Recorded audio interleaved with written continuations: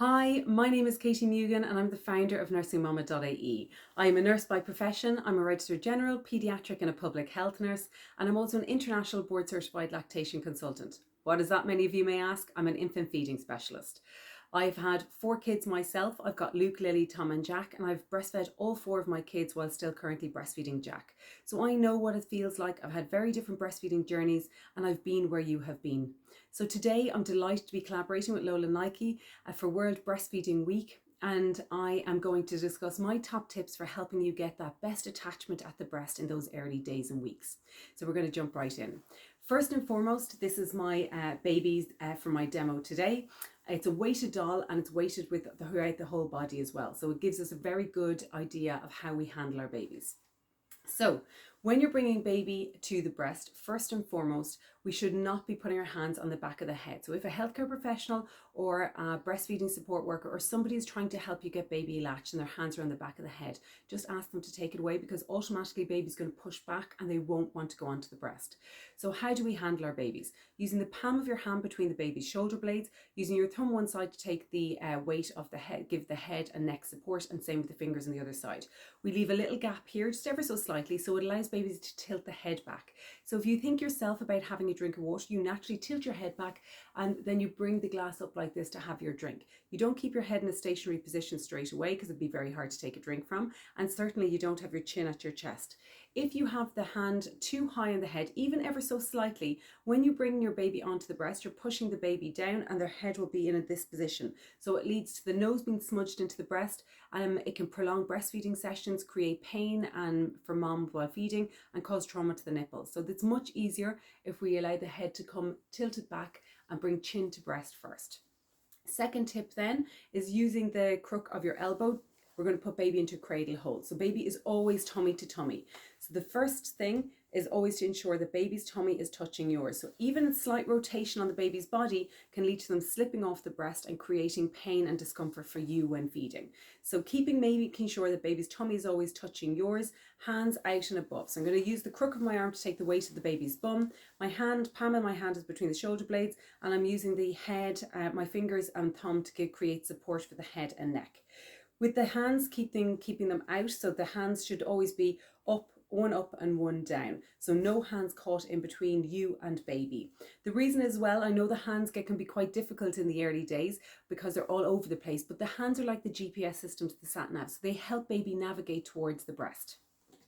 When we're bringing baby on, my next point is to give a little bit of breast definition. So what do I mean by that? It's giving a little bit of a squeeze and a bit of shaping to the breast. And this allows to compress the breast a little bit more so we can get as much breast tissue into the baby's mouth when we're attaching them as possible. So if you think about it yourself and you're eating a big massive toasty sandwich, then if it was too big, you'd naturally squeeze it down so we can get our mouth up, our jaw up and over, so we can get in and around it. And the same concept works for babies at the breast. So when you're bringing baby on, we're going to use a little bit of breast shaping. The important thing with breast shaping is to make sure when we're bringing the baby on that we're actually shaping it in the direction of the lips. So if baby was coming on in the position I'm in with my lips, we'd be squeezing it this way. If I was lying sideways on the side, then you're squeezing it on the side, so you're using more U shape. So like this. So when I'm bringing my baby on, because my baby's coming sideways, I'm going to hold it and give it a little bit of definition like this. If my baby was coming on in a seated position like this, I'd be giving more definition like this. So the alignment of the lips means the way I shape my breast. So when I've got my baby tucked in, hands up and about, my baby's tummy to tummy, I'm going to now give a little bit of breast definition. So I'm going to give a little bit of breast shaping. I'm going to bring the baby's chin to breast first. Once that baby's once that baby opens their mouth nice and wide, we're going to bring baby on. But when we bring baby on, we're not pushing the head. We're just literally all we're doing is we're hugging baby on. So we're giving a little bit of pressure towards here. So we're hugging them on, as we say. Once baby is attached and feeding, then you can take your hand out, just bring it around, and all you're using this arm for is to allow the baby to rest the head.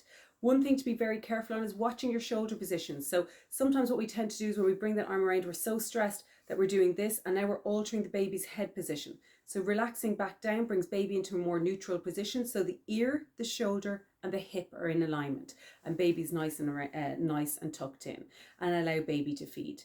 When baby's feeding, what you're looking for is at the beginning you'll see little flutters, and that will stimulate the letdown.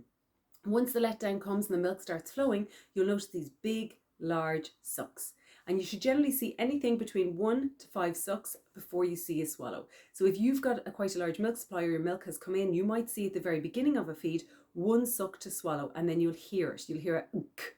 And the swallow is, an audible swallow is the one way we know that baby is transferring milk. We allow baby to feed away and do all the work themselves, but if they start slowing down or you find baby becomes really, really sleepy, generally a baby will fall asleep at the breast because that fast flow has slowed down. If we increase the flow, then baby will start actively sucking again. So one tip for you to increase the flow is by doing a breast compression. And what that is using the hand towards the back of the breast, so giving it a firm squeeze hold. So it's a bit like this, and you watch your baby suck and swallow. So we've got milk ducts all the way around. So we don't want to go too close to the latch so that it'll dislodge the baby. So we're putting our hand around the back of the breast and giving it a squeeze and a hold, like this. Watching the baby now starting to increase her sucks and swallows. And then once you've done that, you can release and move your hand around again and continue with the breast compressions. If you've been doing your breast compressions and no matter what, you give a little tickle or you stir them, and no matter what that the baby won't take anymore, that's when we take them off. We can give them a little wind if we like, sit them up, give them a little wind, and then bring them back on, and we're going to do the exact same process again onto the other breast. So using arm to tuck in, hands, or palm your hand against between the shoulder blades, using your finger and thumb for support, giving a little bit of breast definition again, and then bringing your baby on like so. Once baby's latched and attached, we're going to bring our arm around and let baby feed. Last thing I will say is when your baby's in the cradle hold, it's a really nice and really easy way to get into the laid back position. So when baby's in this position, all you need to do is scoot your hips nice and forward on your couch and sliding all the way down, and you'll end up with baby on in a laid back position. This arm then you'll be able to take up because the way baby is positioned now, the weight of baby is literally on top of your abdomen. This shoulder here, this arm here is just to support baby's head at the breast. So you will need a little bit of support yourself just under here on this arm and support back for your head and neck. The laid back feeding position is a really, really lovely feeding position for during those cluster periods in the evenings when baby's maybe doing a little bit more time on the breast. So they are my top tips. Biggest thing is remember, no hands on the back of the head, ensuring that baby's tummy is to tummy.